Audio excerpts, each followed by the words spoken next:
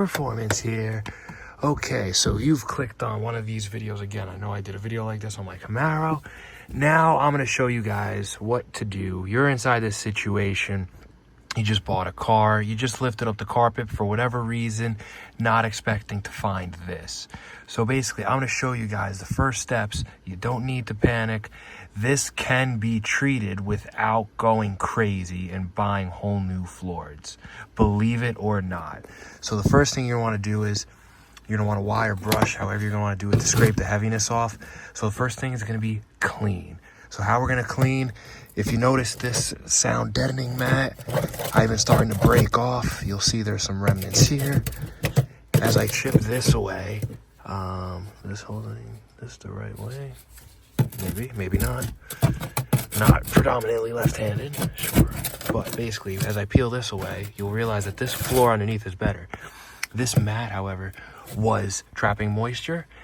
There was some water in here, and that's what's been forcing all this other stuff to rust. So right now it does look bad, but first thing you want to do is clean. So we're scraping off all the sound deadening, all the existing jute. This was actually a patch panel that I made, and it was not painted, and this was already rusting worse than I realized, and it spread to this panel. So, but first thing we're going to do is we're going to scrape, we're going to clean, and we're going to vacuum.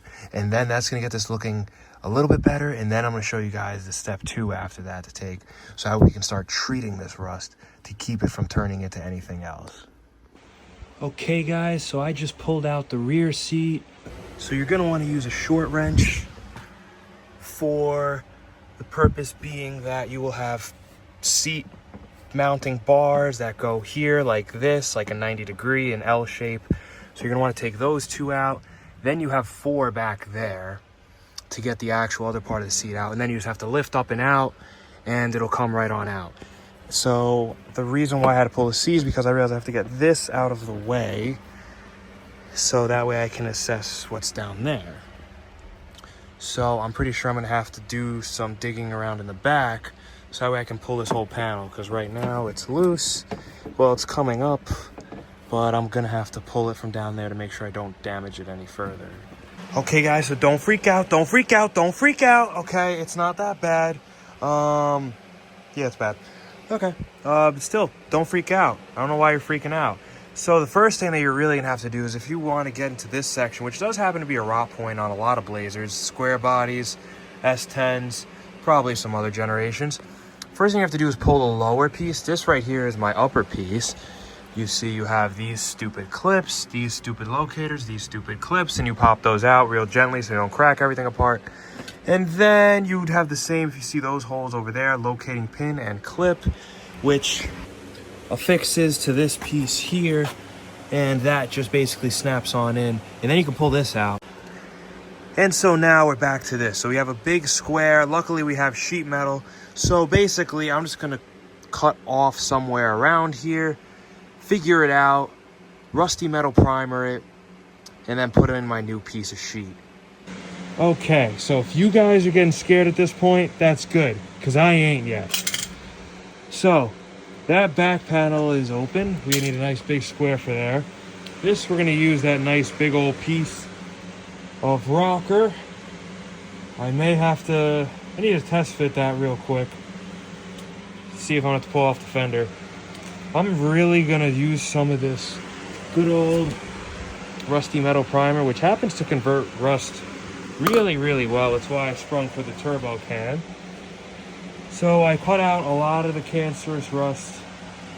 Yeah, this thing is obviously in bad shape. Oh well, who cares? Blah, blah, blah. I don't give a damn. It is currently 1-ish in the morning here in New Mexico City. So I'm going to start test fitting the rocker, and then we're going to go from there. And then we're going to really have to put down some paint. We're going to be using this stuff and then weld-through primer. Those are going to be our 2 best friends in this situation. Okay guys, so a little high-speed jump, but really not that much of a jump, because everything you saw was just how it was before. I just prepped the surface with that turbo can that I showed you guys, the Rust-Oleum converter. So now I just went, this is eBay trim panel. All I did was simply trim off the front so that way I can slip in and then trim off the rear section. I did this all straight hand, literally just with a normal reciprocating saw, a Milwaukee. Just have a steady hand and some patience. Don't trim too much. In my case, I happen to trim just the right amount. Kept it nice straight lines. So now I'm gonna go ahead and mark this with a marker, and then we're gonna prep the surface for some weld.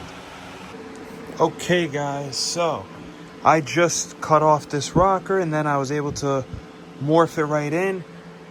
So I got my tacks up there and then I got my tacks back here.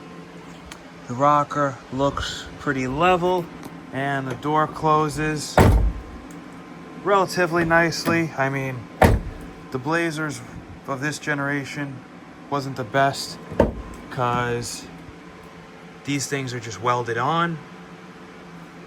So the hinges don't really have any adjustment. So the door does sag over time since the car is 20 years old. But it closes nice. The gap is decent. So that's where we're at for this. The next tackling is going to be on this. We're going to try to put a patch there. Then we're going to reinforce him into here. And then we got to add that patch back there. All right, guys, please stay tuned for the rest of this series.